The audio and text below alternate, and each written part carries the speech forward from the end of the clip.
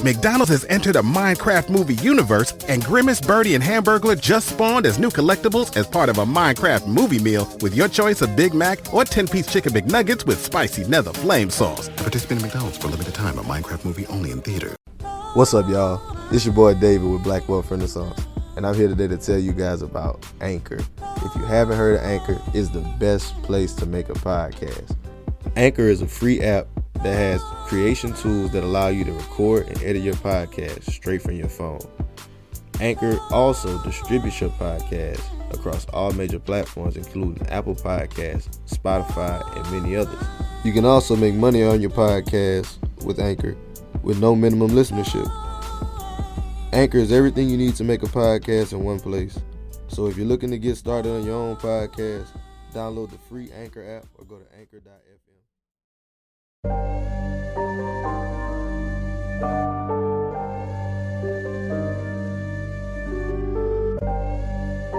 Do you know the rules of the game? Yeah. If you know the rules of the game, I don't care what color. Can you make me 100 million? Let's talk money. Can you make me that? If you can't make me that, I won't talk to you. You shouldn't even be at this table. Hey, I got money on my mind. I'm just trying to get some dough. I ain't picking up my line unless it's money on the phone. Gotta get it on the daily. All I want is dubs. You know what I'm on. I've been chasing after paper. All I know is run money marathon. Do 5 years of this and be a millionaire and go on, do what I want to do, have kids, go live my chip and joy in the games life out here in Texas, or struggle for the next 10 years. The choice is yours. What's up, guys? Welcome to the Black Wealth Renaissance Podcast. Our goal of this podcast is to normalize black wealth and share helpful resources and tips we believe will be useful in attaining and maintaining generational wealth.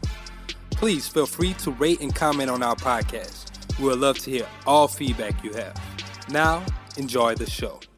Welcome, everybody, to another episode of the Black Wealth Renaissance Podcast. Your boy, David Bella, 1/4 of the Black Wealth Renaissance, checking in with my co-host. Fellas, how y'all feeling? Man, we feeling great today. What up? It's your boy, Jalen, man. Another quarter of the Black Wealth Renaissance. Man, just lovely on this Saturday. This is the second show of the day, and we still going. Man, these guests got some great energy. So, look, I'm ready to get it started. How you doing over there, my brother? Hey, man. Your boy Jared checking in. I can't complain, man. I'm real excited to get into this episode today. We got somebody with a list of accolades a mile long. So I'm ready to really get into this episode and see exactly, how that whole process went. Man, it's about to be another dope one. But look, y'all, before we introduce our guests, as always, y'all know what we got to do. Y'all make sure that y'all like, subscribe, rate, comment, wherever you're listening to. It helps us grow the show. If you are a first-time listener, let us know what you think.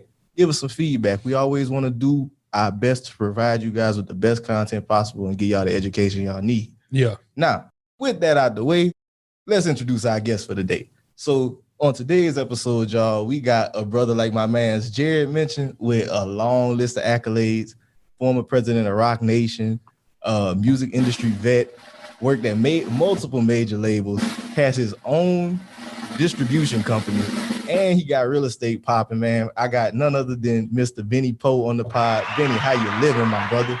Yo, it's all good. It's all good. And just we're gonna get this started right? So accolades is like lemonade, right? So we're gonna be easy on that. And it's pew like in the church, gentlemen. Pew. Yeah, Okay. All right. It's all right. Don't stress.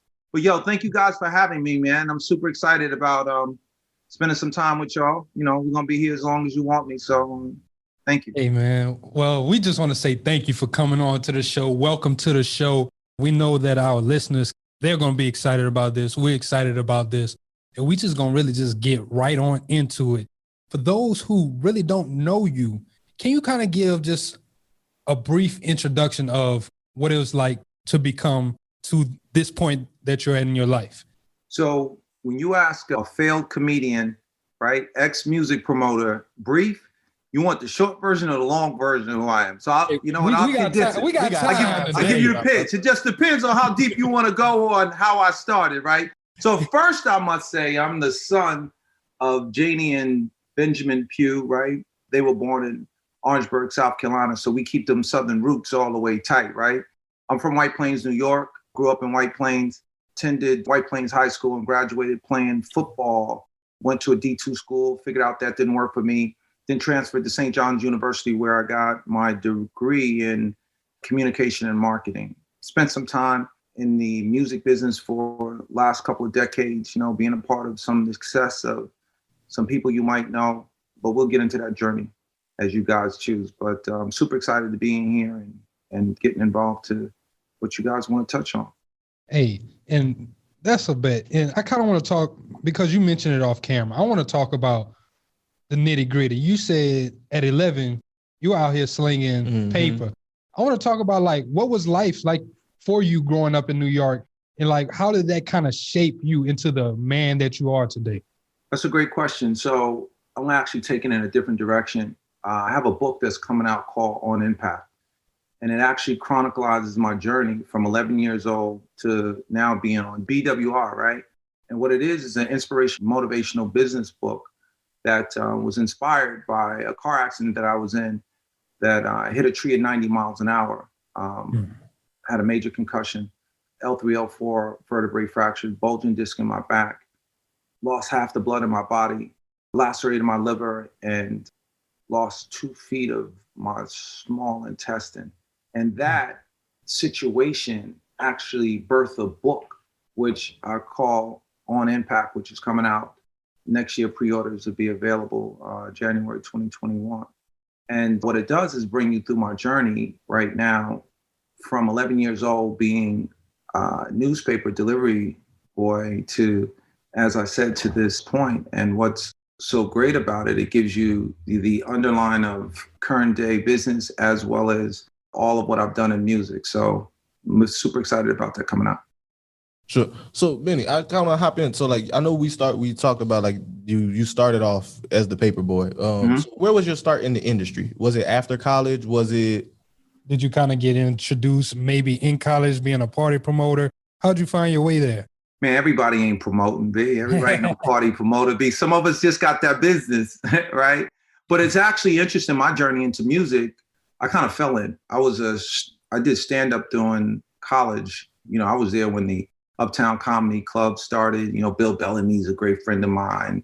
JB Smoove, we all started. All of those cats when there wasn't avenues for Black comedians, right? We started the Uptown Comedy Club, which in turn was the birth of, if you think about it, was Def Jam Comedy Jam, birthed out of that era of comedy. So a young lady who was actually the promoter at Motown Records, she booked me for a show. And at the end of the show, she asked me what I was doing.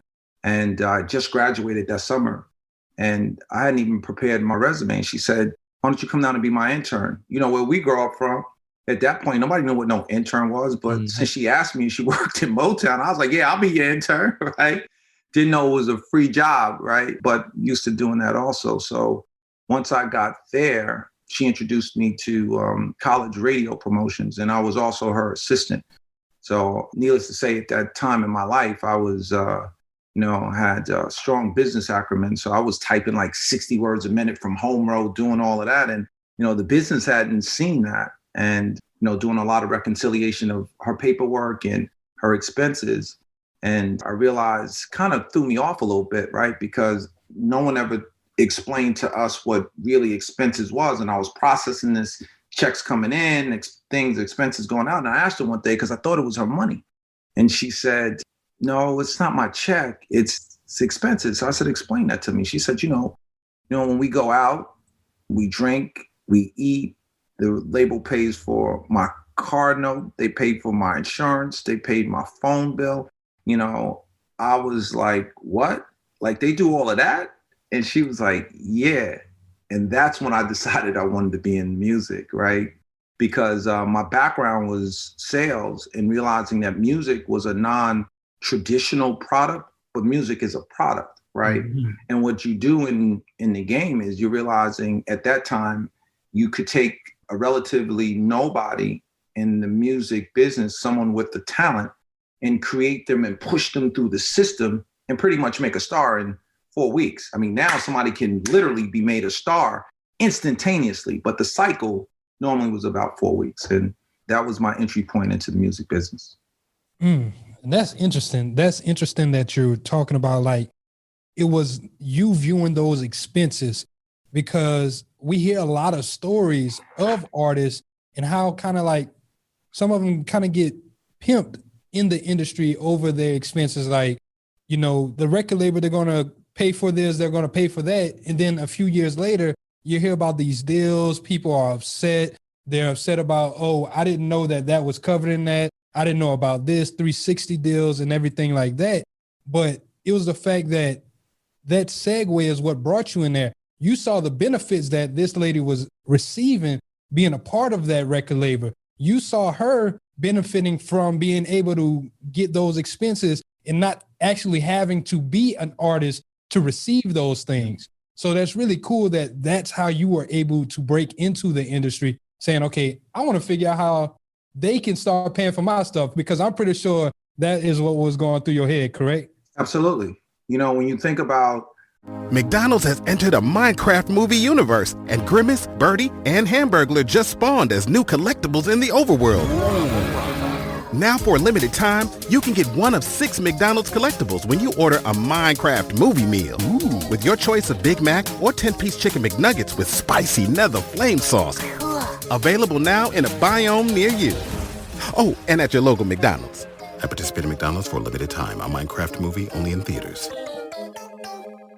I mean, at the end of the day, when you look at your money, right, it's about, you know, how much of your money you can maintain, and someone else pay for your lifestyle is really what we're talking about, right? And obviously performing a talent, right, or performing a duty that's required for doing that. Nothing is free. Like he was intimating about artists and how they wind up, you know, at the end of a journey and wind up with nothing. Well, I mean, that comes with respect of money, though. You got to understand it, because nothing is free, right? And I think we as minorities and Black folks and African Americans, right, is that we just happy about the opportunity as opposed to what the consequence. When you think about the consequence, you don't have to take everything somebody gives you. Your mama tell you that, grandmama tell you that, right? Everything ain't for you, right? But when you get emotionally attached, then you make decisions, you know, that may not be best for you. It's just, you know, decisions that you make because you want to be a part of something and you relinquish too much, right? You should never decide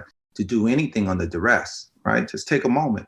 And duress is not, you know, a gun to your head. Duress is like, I'm emotionally, you know, just excited, right? Mm-hmm. And when in those situations, you should always take a step back.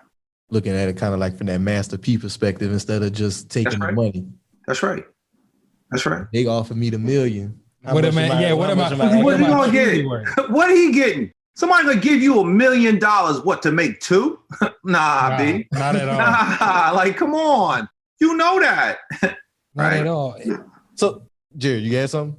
Yeah, I did want to go kind of like a question back into what you had said. So you had said it usually took a 4-week cycle. Mm-hmm. And so with that, you meant like a marketing cycle that y'all had to promote the artist? Absolutely. So I'm sorry, go ahead. No, I was just saying I don't hear a lot of people talk about the actual marketing that has to go into music to make these artists. So like, could you expound on that a little bit more? So if you think about when you discover an artist, right, it's in your terms and at your time and however it's been presented to you in your space, right? Mm-hmm. So it's a new experience. That doesn't mean that artist hasn't been around, right? So now in modern day, you know, normally when you're starting to see mass marketing or it's on your radar, whether it's Spotify or Apple Music or, you know, or YouTube and wherever you are at your discovery point, right? That artist has already been setting his or herself up, right, in order to be in the right spaces for discovery. And that process could be anywhere from, you know, 0, the artist that you see now could be 0 to 3 years, right? 4 to 5 projects. And when you finally get it, what's the first thing you do? When you find something you like, you go back to see what it was and who they are, and you're discovering them that you didn't even know about.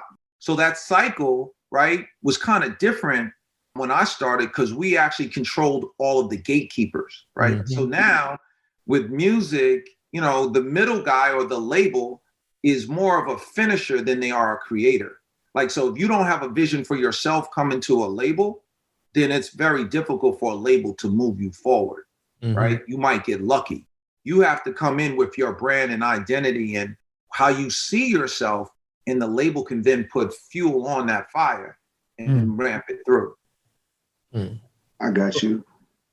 So with these labels that like they're taking this initial investment, they putting it into these artists, and it may take this cycle. So like, can we talk about like what is it exactly like that the label is getting out of this? Like, what are some of the like the recoupable expenses that they're getting, and just kind of like how they profit more from the artist than what they're paying them at the time?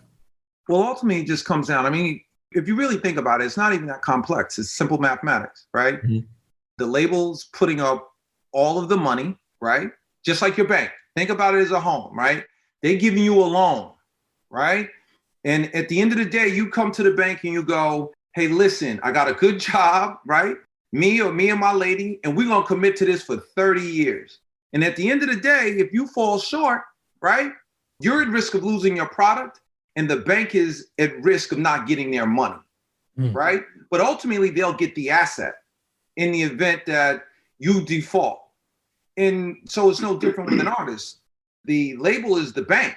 So whatever deal you structure with the bank, right, if it pops, it's great, right? So now you have to deal, why it's so sensitive in the beginning, what percentage of my success am I banking on, right? And the leverage only becomes when you walk in the door. That's why it's better to create a little more momentum for yourself than coming in ice cold. Hey, the four of us get together, we rapping, somebody signs us. Well, we got to give up everything. They taking all the risk, right? But if you coming in, you streaming, or you touring, or you selling merch, yo, that's a whole different conversation and leverage, right?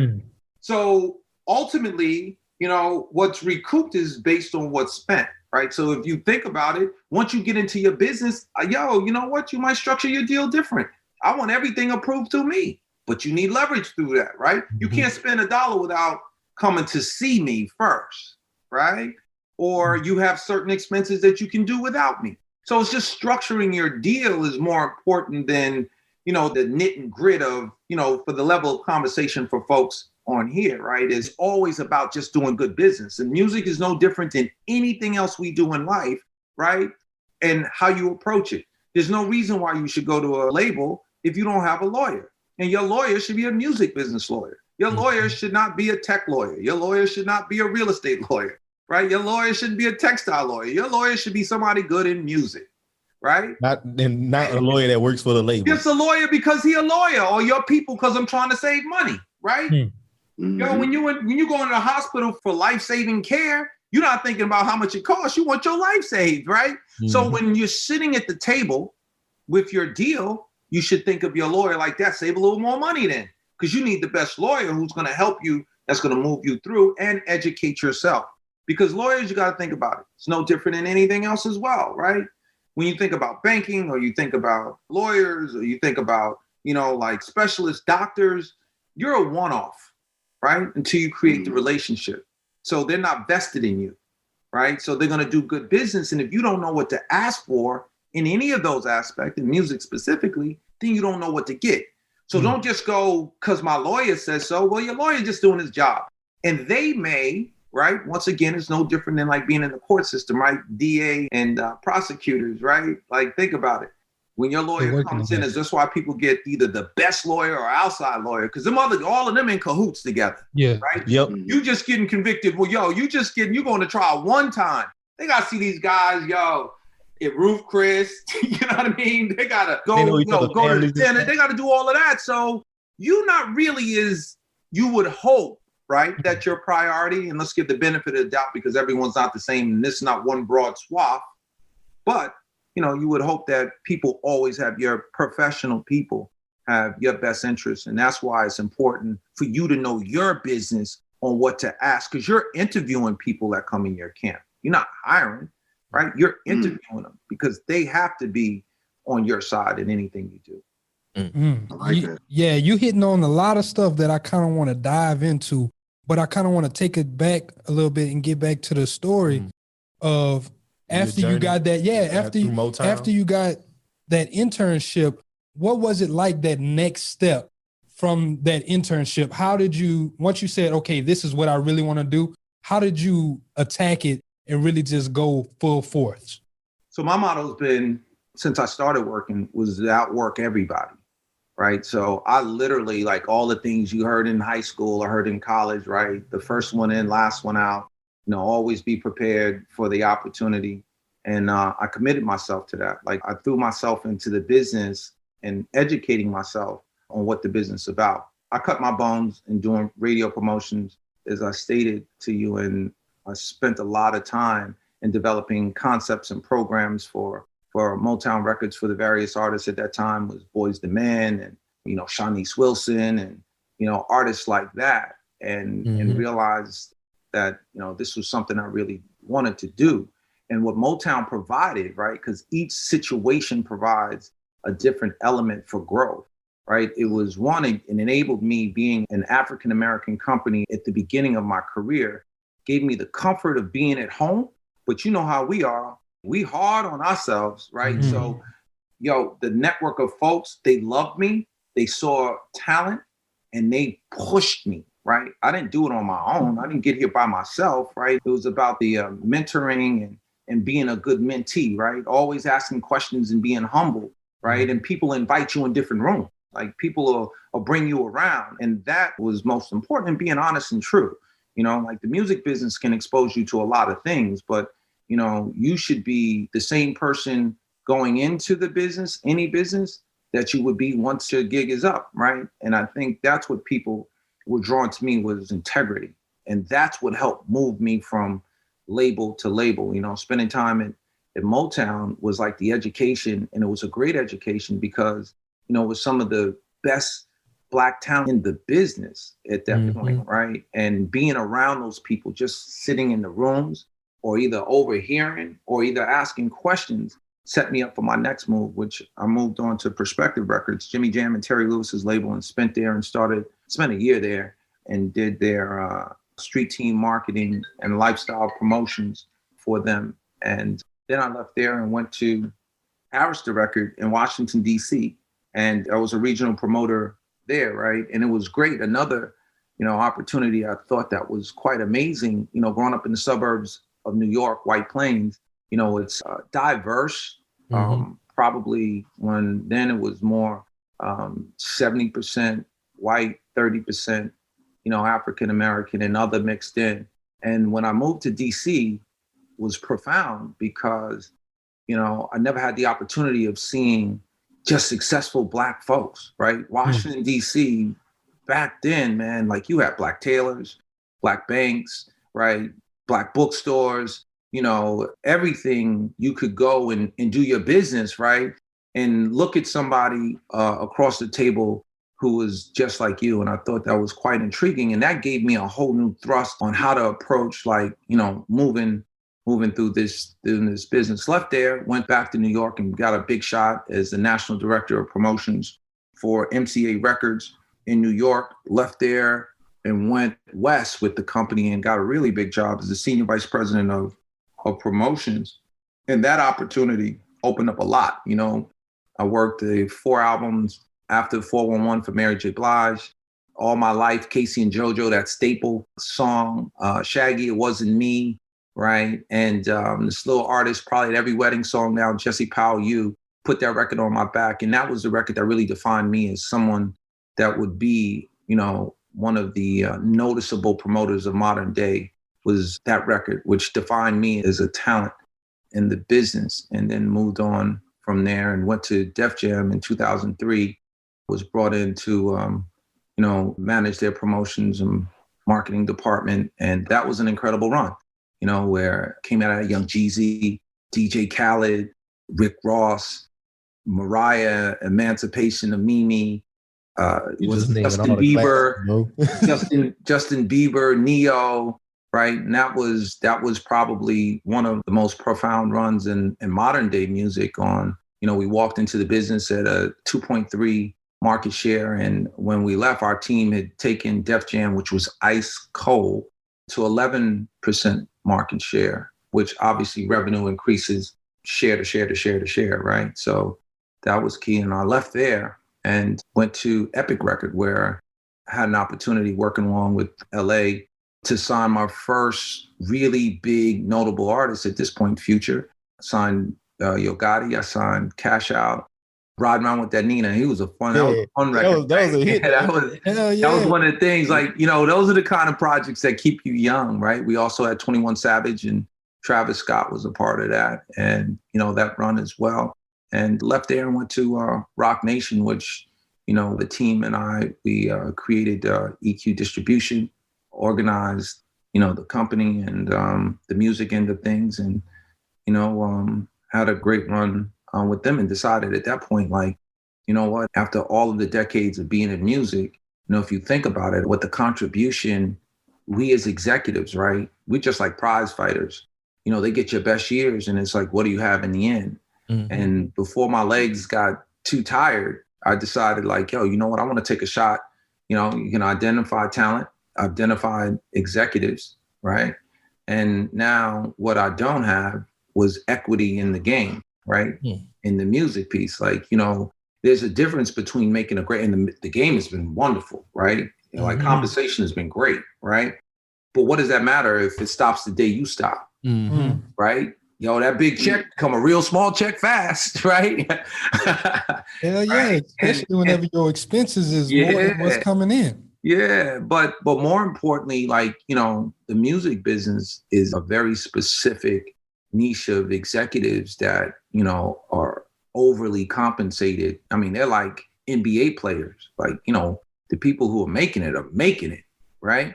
And then there's middle tier, and then there's, just like anything else, the people in the back room, right? Mm-hmm. The people that make it work, that only making like $35,000 a year, right? But they're the ones that keep the engine going. And I decided, like, you know what? I want to take my shot at it, right? And that's when I stepped out and decided to do D.Verse Media, full-fledged distribution, and take a swing at it, right? I love it, man. I love it. Hey, man, like you just took us through the real timeline. The thing is, to me, like listening to your timeline is like hearing it. I appreciate it so much because you were part of curating the culture, man. Like you said, you were pushing all these artists. You were finding these artists. You were doing all this for the culture, like people that we appreciate a lot to this day. And at the end of it, you found that like, yeah, I was compensated well, but I didn't get no equity. And I helped build this. Like, I'm the one that built this. So I love that mentality of it because we talk about it all the time on the podcast where it's like, if I can do this for you, why can't I do it for myself? So let me give you a caveat to that. So what was important for me when I first left Motown and realized that when I got to Arista Records, that there were no salt and pepper hair black men walking around, right? So in the music business, you're not going to see, a whole bunch of like, ha, ha, ha, ha. Didn't we do well? Jerry, Dave, this has been a great run. Like you 65, 70, 80 years old, right? You're not going to see no 70-year-old black man still in music because it's a different game, right? If you look at, the complexion of music, it's not for us longevity wise. We're viewed as, a young man's, you got to be here. You got to be hot, B. I got to keep my head. If I come in here with my age, young gray, you OG now. Now, why can't I just be like Benny, right? And the thing is, they don't have to be OG'd out because OG is, I don't even like, people can't even call me that, right? You can't call me OJ because that dates you. That puts you in a perspective. Love the respect and the connotation of what it is. But in business, you can't be the OG because it starts with old, right? How can you be relevant saying you not when you old? Like, call me the young G then. Don't OG me, call young G me, right? And that's what the perception becomes is like at some point, older black men can't just be wise and be relevant in the game. You got to be old, right? But, our counterparts, they can stay and keep and redevelop and make mistakes and, stay in 60s, 70s, 80s. I pay all y'all $1,000 if you can get me one 70-year-old black man that's still working in a major label, one 60-year-old black man that's still working in a major label, right? And at the point with that is that, and that's just not in music, right? That's indicative in business. But because we are, as you stated, cultural, right? The culture chews you up fast. So if you don't find a way to either pivot, right? Figure it out and latch yourself in, i.e. equity, then it's coming. So don't be afraid of the exit because the exit is coming. And that's where I decided when I realized it was not going to be a retirement party for me, I started in real estate.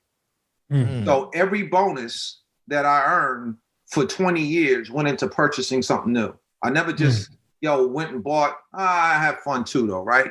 Yeah. You know how we do it. Like if it's 11, the odd number, you spin that, right? But you keep the round number, right? Y'all know, y'all from the South. You know how we do, right? The odd number, I'm gonna spin all the odd. Right?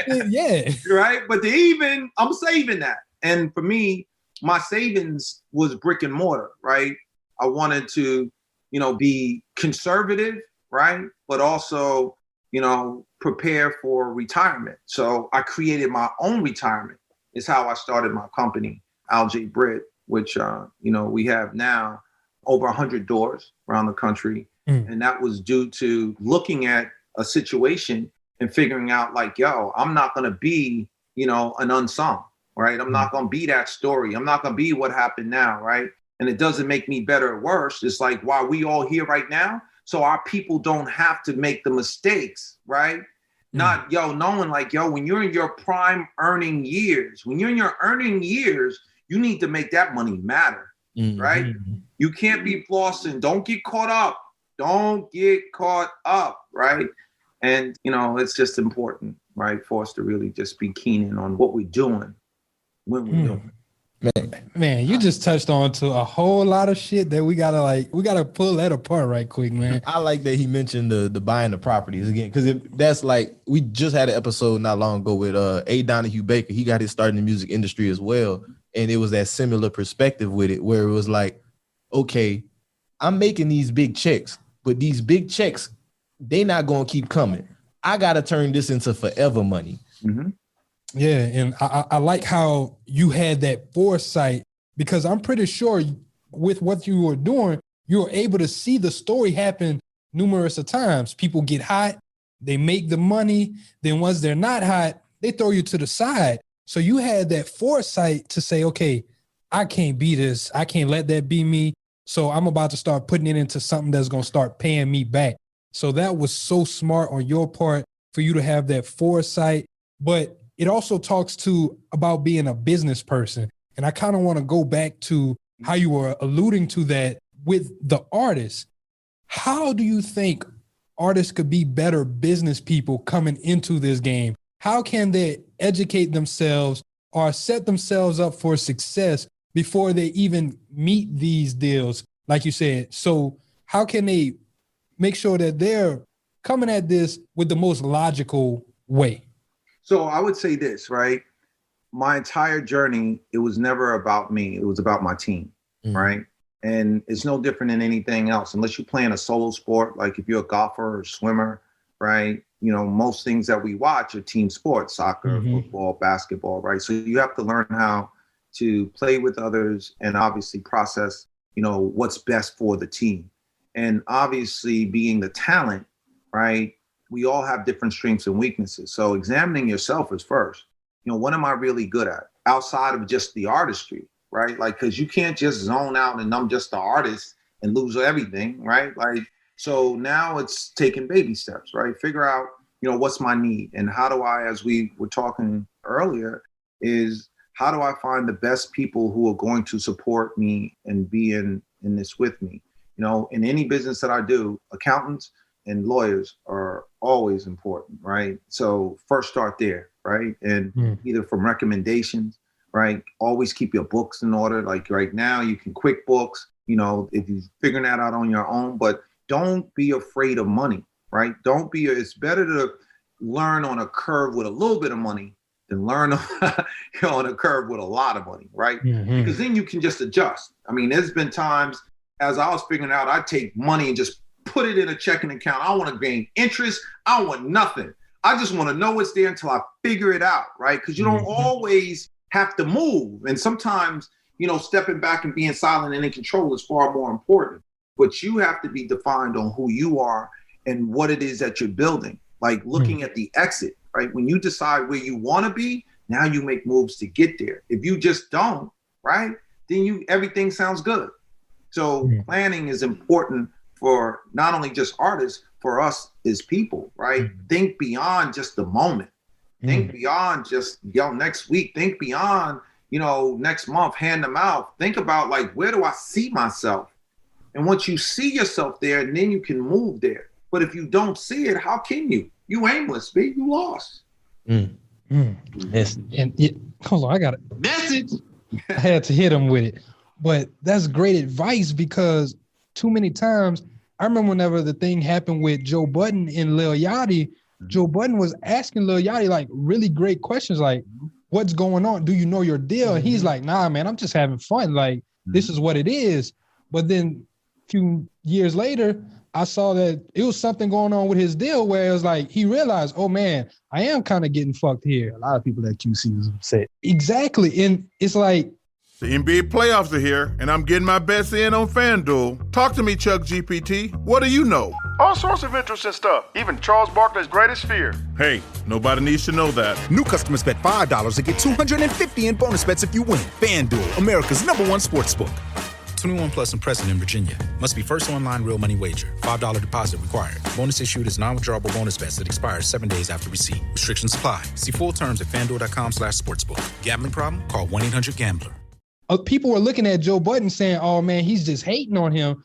But in the actuality, he was just trying to tell him, hey man, you need to understand that this isn't going to be forever.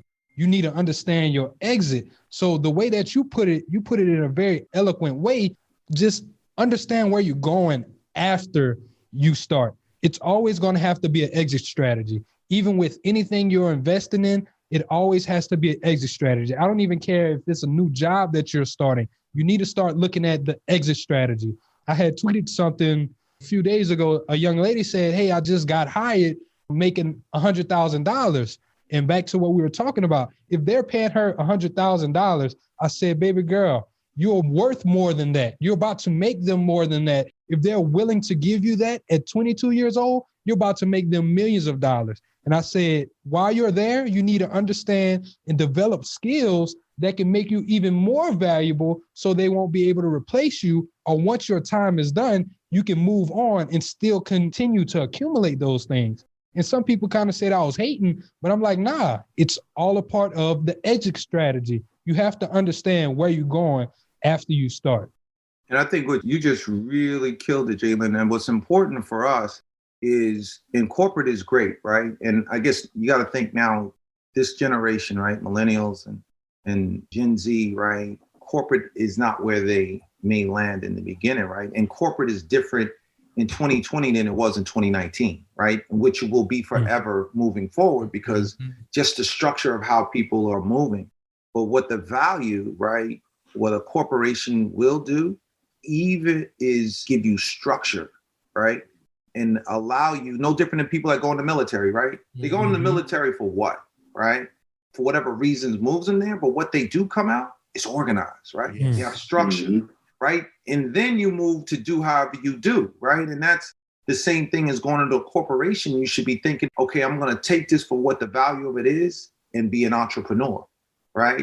As well, because at the end of the day, you can't be corporate too long. And for me, I've always had 2 plan A's, right? I don't do that B thing. It was 2 plan A's. I worked a full-time job in music and ran a full-time real estate portfolio, right? So I'm working on me in both aspects. So at the end of the day, it gives you a different kind of gravitas and strength walking into these companies, knowing like, I could care less what you say, right? Like I'm not fearful of coming to work because I've already provided for myself. And you make different decisions and choices that'll help you grow when you're not coming in scared every day, right? And we should always find out what we're good at, because we're good at more than one thing always. We Black folk, right? We good at a lot of things, right? And realize how to hone your skill and find the value and realize when it is time. But moving forward, we definitely have to be, in you guys in your audience, right? And us as a community, knowing like, we have to think beyond just, getting me every 2 weeks. So Benny, I want to jump into D.Verse now, man, because I read into it's pretty interesting what you built out. And I think the people definitely need to know more about D.Verse. Like, can you explain it more to them? So D.Verse is, I can't even take the credit, like my son. So for his 18th birthday, I decided like I wanted to give him a gift that could last forever, right? And something that, long after he would remember. So I told him, on his 18th birthday, want to give you an LLC, right? So we needed a name, right? And he called it D.Verse Records. He wanted D.Verse Records. So got him the LLC, so he has his own company. And part of that is going back once again, teaching our kids how to deal with business, right? Yo, forget buying them Gucci, forget buying them a $20,000 car that you're paying $400 a month so your kid got a brand new car. Give them a business so they can understand how to move out here, right? That's what we have to go back to that, right? Fundamentals. And when I decided that I was gonna do my own thing, I came up with all these names and this and that, and it just wasn't hot, right? My name's, so I said, yo, man, listen, it's yours first. I'm just asking you for permission. Yo, can I have a little bit of that D-Verse, right? And he was like, yes. So I called my company's D.Verse Media, which is a distribution model, which I give artists independent deals, right? Where they can still maintain their masters, give them advances, give them knowledge, give them wisdom, help maneuver them through at a rate that, you know what, is negotiable on coming onto the site. Signed an artist, a little young lady out of Jackson, Mississippi. Her name is Paris. She's quite amazing. So we also do repertoire, sign them directly to the label. And we also do licensing deals where you maintain your masters and, you know, we'll upload your music and help you with your marketing. That's what's up. Hey, man, that's dope as hell. That's the new wave, definitely, with that, what you just mentioned, that licensing deal. I noticed that's a huge conversation around music right now. Everybody wants their masters. Everybody wants to own their masters. So I'm glad that you're offering that as an option with your company, because I just see that conversation so much now.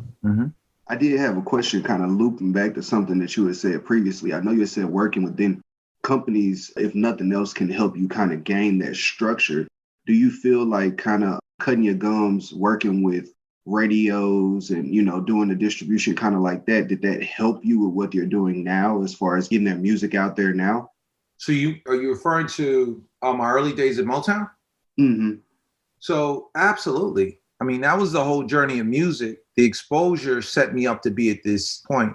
And, you know, there's different entry points and exits for executives, right? Some of us, there's a longer window for some and shorter for others. And I think the value of what you learn and the time that you spend in a situation is really important. And my journey, I've learned a lot, right? And the biggest lesson for me in all of this is giving back, right? And I think at the beginning of this, you guys like, yo, you here? It's like, why wouldn't I be here? Like, I love what y'all do, right? Y'all youth, right? Y'all have an incredible audience, right? And ultimately, if people like me don't give it to you, then it dies, right? And then we always have to start over.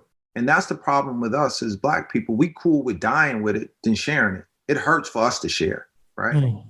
And we just have to learn, like, you know what, it's okay, right? Usas, give it to me, baby, right? And just let it go, right? You take this and hold it. Because what you do with it, I couldn't do with it anyway, because it's you. It's not me, right? But I want to help us by giving it to you.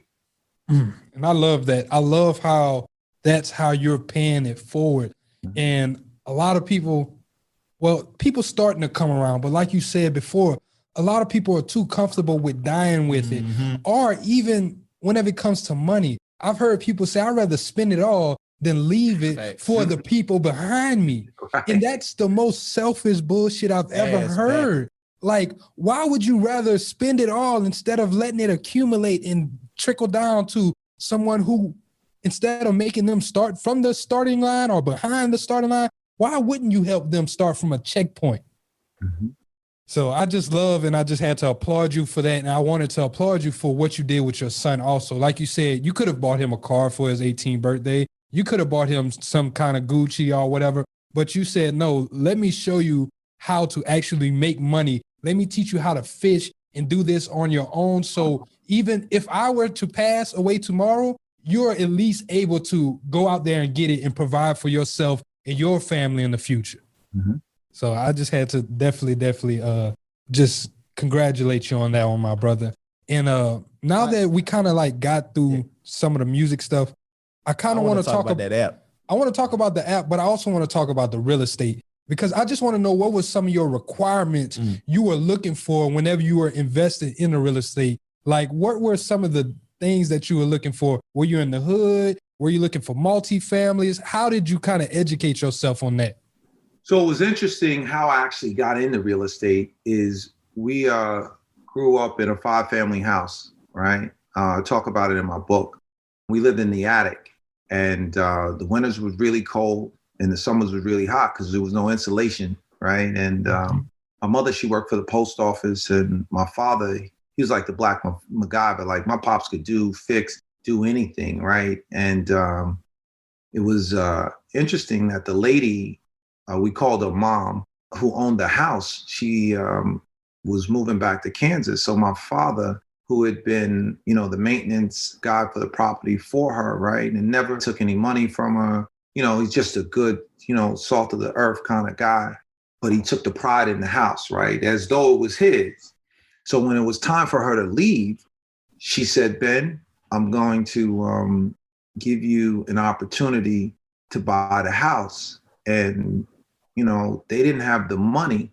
So she's like, well, I'll hold the paper because she owned the house. So holding the paper is she holds the mortgage because she's the bank, right? Once you pay off an asset, it's yours, right? You just have to pay the taxes. So now you pay her, you pay the owner, right? As though you would pay a bank. And so she gave them the opportunity. Why does that work well? Well, it's not the same credit check, not the same requirements, not the same, traditional method that you may have to go through, which allowed them to be owners. Now, this was looking at what it was. Like you're talking about 5 families, right? So now she was gone, mom, right? So we moved from the top floor to the first floor. And now you have 4 other units that are generating income. So my pops, like my mother, she worked at the post office, so all the benefits was covered. My father was able to be home with us, right? Like, and do his thing during the day, right? And, be him. And the house generated income. And that's where the light bulb went off for me was like, I want to be like my dad. I want that freedom. Like, cause he moved around, he was able to be with his kids, he was able to be with his friends, he was able to create, just be creative, right? And just had the freedom, right? And that's when I got into the opportunity of making income. Was like, I'm going to build that for myself, right? And I'm going to build it, to the best of my ability, right? So as opportunities presented itself, I just kept going. So what is my taste? I found myself, being very broad in how I approach things. Multis, obviously, are the best aspect, right? But they're probably going to be more expensive just because they're income generating. I owned the whole city block in Hartford at one point, 18 units, 9 units, 8 units, 10 units, 12 units is the mix of my portfolio. Manhattan property, Chicago, Jersey, Florida, and New York, right? And in that, I always looked for a jewel. So it would be a situation where, it's always undervalued, right? Patience for me, right? And connections, meaning like, some of the best resources come from people and where they are and what they see. And I was able to put together this portfolio, one with a lot of research, right? Back before everybody was doing Zillow or, Realtor.com and all of that stuff, man, was doing that and got into investing, flipping, holding. But the majority of what I do is hold, right? So I buy low and I hold, right? Because, I have properties that give me 40, 50% returns because I bought it so low and I own it outright, right? And that ultimately, for somebody else, if you're talking to a finance guy, they tell you, well, listen, that's not enough return, or, you could be using your money or real estate. You need to know your strategy of what it is that you want to do. So I own a mixture to answer your question of all kinds of things from multis to high-end condos.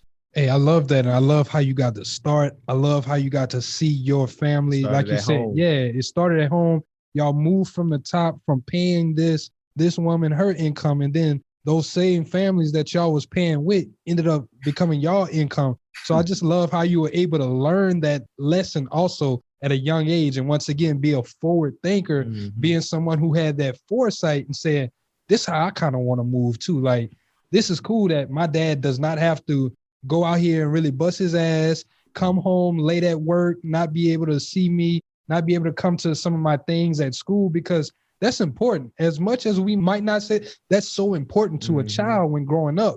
Because I remember whenever I grew up in a single family household, my mom, she couldn't make it because she had to work and provide. So even though I'm getting some of the accolades, as a child, you feel empty because you look out into that crowd, you hear people, you know, they're clapping for you, but there's no one that you have that you can share that with. So with you being able to experience that and saying, you know, this is what I want to do for my children, that's powerful that you were able to be instilled that into you. But it goes deeper though, right? And it's back to what we're talking about, the lessons. Like for the companies that I worked for during my tenure, it was a requirement for everybody to own something. I taught everybody how to buy their first place. You're not going to work for me and not be an owner. Like that doesn't happen. Like it does not, you're not going to sit and applaud and look at me and, yo, oh, Benny got this, Benny got, no, you're going to have it too, right? And that's what's most important, right? Is showing people, not having them guess at it. Like that's everybody who worked for me became an owner, like a property owner, because you stood, that's part of, you know, day one conversation. Well, how you going to teach you how to save your money? I'm going to teach you how to get it. I'm going to put you with the right people on how to, you know what, change your life and your family's life, because it starts with all of us, right? And we got to stop talking about it and be about it, right? Hey, man, that's beautiful, man. I love it, man. I love it too. So yeah, now we can move on to the app. I do want to go to the app now. Yeah. So Benny, man, you was telling us about this app and it sounds so precious. Can you tell us more about Candid? So for people that want to know how it's spelled first, I'm gonna tell y'all it's K-A-N-D-I-I-D. That's right. Yeah. That's right. So Candid is an amazing concept that the founder and CEO, Antoine McLaughlin, a young cat at 29 years old out of Columbia, South Carolina, actually pitched me the idea in concept, right? And this is where I think the value of what I learned in entertainment, right? As we talked about the executives that I've been a part of their careers and artists that have been a part of their careers, identifying talent. And talent is in every aspect of life. So when he brought the concept and he was raising money at the time, I was like, stop. Yeah, I want what's remaining of this. I'm buying it, right? So I took the last share and we closed the round in the founders round. And what it is, it's a new concept, right? From an African-American app developer, where if you think about Instagram and you think about OnlyFans, right? Instagram is about like and followers, and OnlyFans is porn and subscription. We're micropayments, right? So what does that mean? So for example, you guys have all your behind the scene content, whether you're an athlete and, you know, you have your workout videos, or, you know, you're an artist and you want to preview some exclusive stuff that you don't want to put on the gram. So now you can come to Candid, right? And think of us as more of the Amazon of content. You as the user can come to the platform and you can offer your content for free, right? Or you can charge up to $99. And on our site, a post is up to 40 pieces of content and 10 one-minute videos, or an assortment thereof. So you top out at 40 pieces of content, photos, or 10 one-minute videos. And you now say what the price is for your content. Yes. Hey, that's dope as hell. Very interesting concept, man. I like the micropayments thing because, like, with mobile, that's definitely a trend that people have been picking up on, like with those like freemium apps and things like that, where it's like people are a lot more prone to making that small commitment each time with the little bit versus making that. Yeah, I don't want to commit to you all month, man. Like, I got them jewels today. I'm like, yo, Dave, you was hot today. I may not come back again. Why am I paying for you the whole month? Like, you gave it to me today. I won't pay for it, right? It's immediate and I can go on, right? And obviously you're gonna, as the influencer, you're gonna create the vehicle and avenue for your folks because you set the content of the content. We don't do that. We just provide the venue and the avenue for you now to transact, right? We're just the marketplace for you. Hey, man, that's precious as hell, man. Y'all, has it launched already? Or yeah, we're in the app. We're in the app store in beta now. Like I said, K-A-N-D-I-I-D, and we're rolling out strong. I'm going down top of the year. That's right. We're gonna take that one. We're gonna take that. We pitching money next week. You're right. I'm taking them too. But that's really, really dope, especially for creatives, because there's a lot of times where people, they'll put out content, they don't know how to really monetize those skills. Or even on Instagram, you see a lot of these comedians, they're doing all of these great things and they're getting hundreds of likes and all of this and that. But at the same time, they're not making their bread on this. So it's cool that you're giving them the option to make that bread, but still provide that value that they're doing with that content.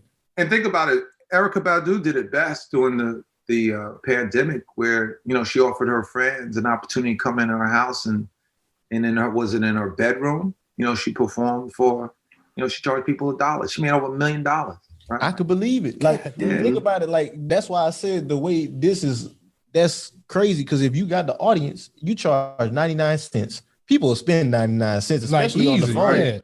Right. They already got their information in the app store. They ain't got to think hard about it. You already got your Apple Pay already linked. And then one thing I think that's real cool about it, it goes back to what you was talking about earlier with like getting that leverage and that proof of concept too. Like if you were an artist and you were doing your own, let's say, private concerts or something on there, like a smaller artist, maybe not an Erykah Badu, then like once you go to a label or something like that, like what we were talking about earlier, now you have that leverage. No, I've done this. This is how many sales I have. This is how many tickets I can sell consistently. So now you can't give me a bad deal. The Travis Scott deal. You want to talk about that stuff, kind of going into... I think that was Jared talking about the Travis Scott deal. I was just interested as far as like, how do you feel about that as far as how artists are going about expanding upon their brands? I know you had said earlier you have to have like kind of an idea of what you want your identity to be because the label's going to be a finisher. So how do you feel about like Travis Scott coming in doing deals like the concert with Fortnite and then the McDonald's Travis Scott meal and stuff like that? This episode is brought to you by LifeLock. It's tax season, and we're all a bit tired of numbers. But here's one you need to hear. $16.5 billion. That's how much the IRS flagged for possible identity fraud last year. Now here's a good number. 100 million. That's how many data points LifeLock monitors every second. If your identity is stolen, they'll fix it. Guaranteed. Save up to 40% your first year at LifeLock.com/podcast. Terms apply.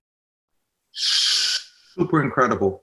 Like Travis has always been forward, right, as an artist, and kind of like what we're talking about, vision, right? Like he's always seen himself being the person he is right now, which is, I mean, I want you to follow what I'm saying. Like we were there day one when he came through the bill and Tip and those guys brought him in, right? And Jason Jeter and those guys. But he saw himself in this moment 8 years ago, right? So he moved like that. So for him to be here is not a surprise to him, right?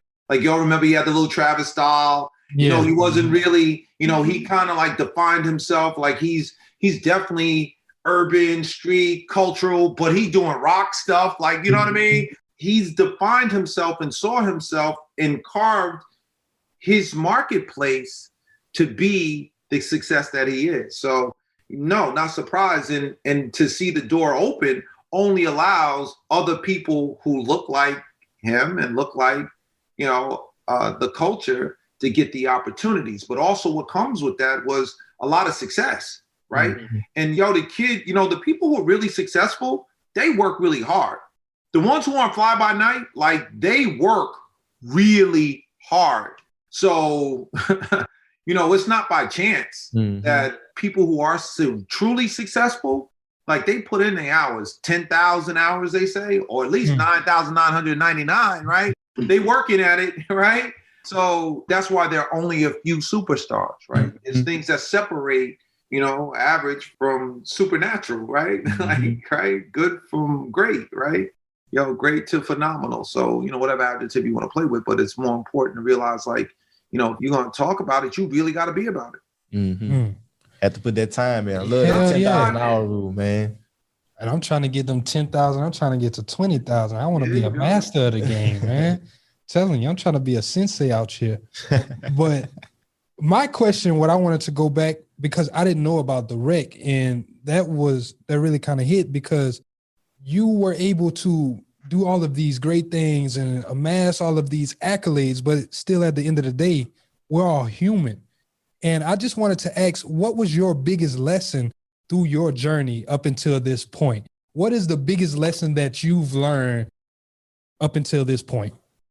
Yeah, I'm God-fearing, right? And my center in my good times and my bad times have always been, based around my faith, right? I'm blessed enough. My mom's devout Christian, right? Maybe didn't love it in the beginning, but understand the value of it where I am now, right? And and I took my principles and, I took what I've learned, and I took my integrity, and I took who I am and what I stand for, right, along with me. There are things that I won't be a part of because it's not who I am, right? I'd rather, it's taken me decades to get to this point, which I've seen people move much faster, but they burned out because they took shortcuts, right? Or they compromised themselves, right? As opposed to like, what, it ain't for me, so it's not for me, and move forward. So most importantly is that integrity, man. And, that stays with me. Mm-hmm. I love it. And I love it because that was pretty much the underlying theme throughout all of this. Even whenever you started talking about it, like, need to know who you're going to be coming in and going out. That's right. But it's just like, it's so real, because a lot of the times it don't matter what it is. You'll see a lot of people lose themselves whenever they get into something. I'll say it for my life. I remember whenever I was in car salesman, there's some of these guys, they came in and then they started shadowing some of these car salesmen, and you're the same shitty salesman that you didn't want to be coming in because you saw the money that they were making, and you started making those same mistakes. That's right. So That's right. I just love how you really drove that. Yes, indeed. Well, Benny, my brother, we're going to pivot to the last segment of the show. So we're going to hop into... It's about to be over. We're going to hop into what's on your timeline, man. We want to see what's something that you've seen, could be anywhere, social media, on your thing, anything, man. What's something you've seen that you just feel like is important and want to speak on?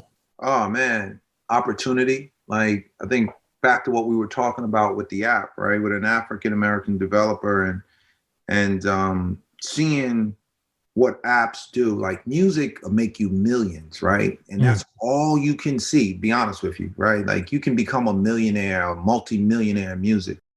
An app, you can become a billionaire, right? And I saw when I first got in April into this app, we were reading on TechCrunch, and OnlyFans was probably around valued at $600 million, right? During the pandemic, they're now ramping up to probably close to a $2 billion crazy company, right? And no one are there, none of us who look like us, no opportunity for that. And so now my dreams, right? So there was an article this morning out in Bloomberg just talking about how the process in less than 3 years, right? Companies valued at almost $2 billion. So that's what I'm looking at, right? Looking at how these opportunities are moving and how we're going to be a part of it, right? And realizing like now, I've my paradigm has shifted. I'm looking at, I'm dreaming in a whole nother level, right? Just because how we rise, we can bring folks along. So that's where I'm at with it. And that's so powerful, because I think A. Donahue the Baker also said it. He's like, whenever you see, like, mark my words, the first child billionaire is going to come from a tech platform. And it's so crazy because, like you're saying, we need to be able to take those people with us. There's a lot of times where children, they're learning tech and stuff like that. Sometimes we might not understand, us as parents or like the older generation, we might not understand what's going on with this tech. But I think that we should be as embracing and try to understand, what's going on with these kids in this sphere, because there's a lot of opportunity for growth, like you're saying, with companies like Roblox. Roblox is a company that teach kids how to code at a very simple level. I think that we should definitely be encouraging our kids to get into those fields. And I'm not, no knock to the music industry, but it's so much more than that. Like you said, That's what's stopping us from being millionaires versus creating billionaires. We need to understand how to, if we want to stick with the music industry, how can we tap into the equity side? How can we stop? That's right. Only. Yes. How can we stop being the commodity versus being the person who's actually at the trading post? Yes. Like we have to understand how to do that. But if that's not what it's going to be, we need to understand how can we own this software, these platforms, any type of these minimal viable products that's going to be launching. We need to understand that we need to own that and not selling it while before that real value is there. That's another thing that I see. Like you said, OnlyFans went from being worth 600 million to 2 billion in the same year. Like, no, bro. Come on. Same year. That's crazy. That's what I just wanted to say off of that. We need to understand the value and the potential for growth and not selling while it's too early. One of my favorite tech people that I love is Evan Spiegel. Evan Spiegel is a fucking dog. Right. He's a fucking beast. Motherfucking Mark Zuckerberg came to him with $1 billion fucking offer, and he said, fuck you and that offer. It was $3 billion, bro.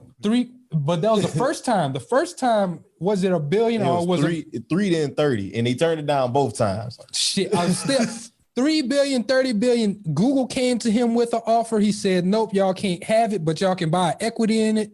Like, you have to be able to stand on your nuts and really just have that vision for yourself and really just say, no, this is what I want to do and this is what I'm gonna get out of it. Yo, you murdered that, baby. Hey, yo, Jalen, you murdered that, man. I might have to end the show, bro. Like, yo, this is B. Like, might drop something out, yo, B. Like, yo, you can't. Jesus, that was hot, B. You went in. So, man. But I think you were spot on though, and I definitely do want to just echo what you said in regards to the tech space, right? And that's where we, as creatives, right, need to understand, right, what our visions are and what our growth is and where we should be now. Like, just like music is where everybody wants to be, some people need to go to tech. Like, you understand? That is a whole nother game and level of just like, future. Jesus, right? Like, it's just the value is untapped, right? And it's different, right? On as I started in this conversation talking about, there are very few 60-year-old, 70-year-old African-American people at the table. Man, you might wait a long time for you see one of us floating around in tech, right? And to see this young man and being a part of helping him build this is, phenomenal for me. And I'm super excited of what the future is and the team that we're building. So you're going to hear a lot of great things from Candid.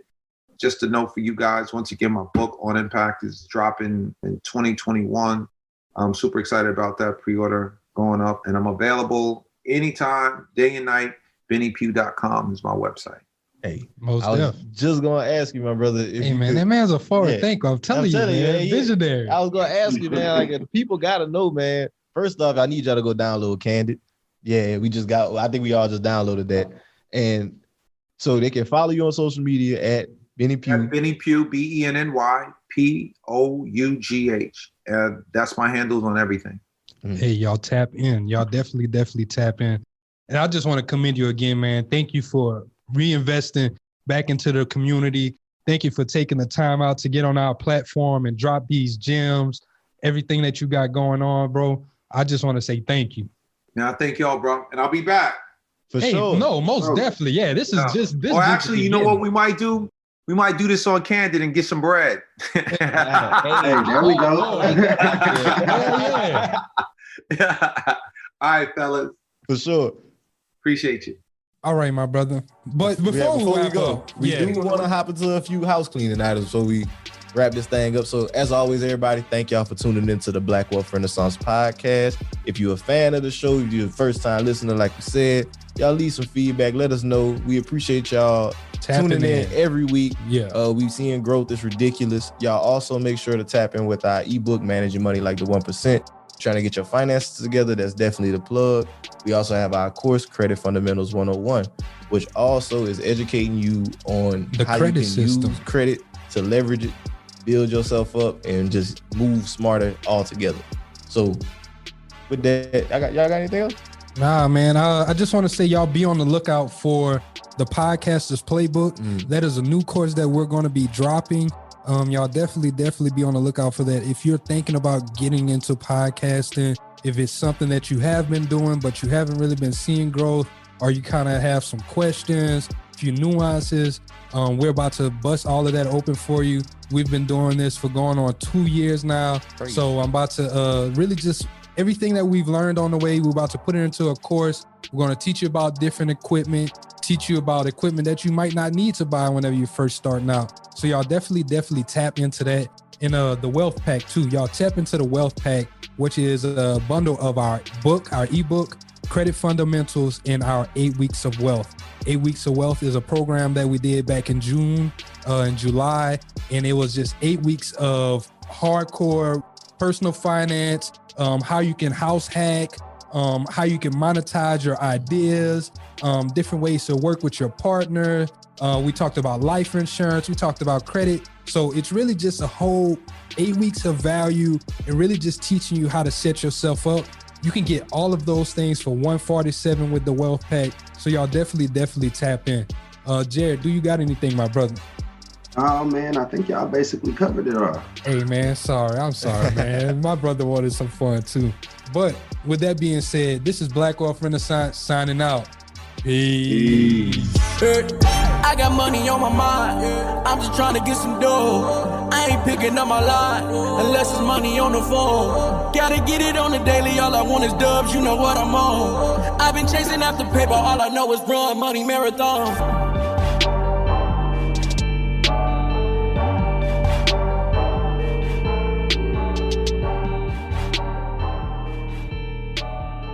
McDonald's has entered a Minecraft movie universe, and Grimace, Birdie, and Hamburglar just spawned as new collectibles as part of a Minecraft movie meal with your choice of Big Mac or 10-piece chicken McNuggets with spicy nether flame sauce. Participate in McDonald's for a limited time. A Minecraft movie only in theaters.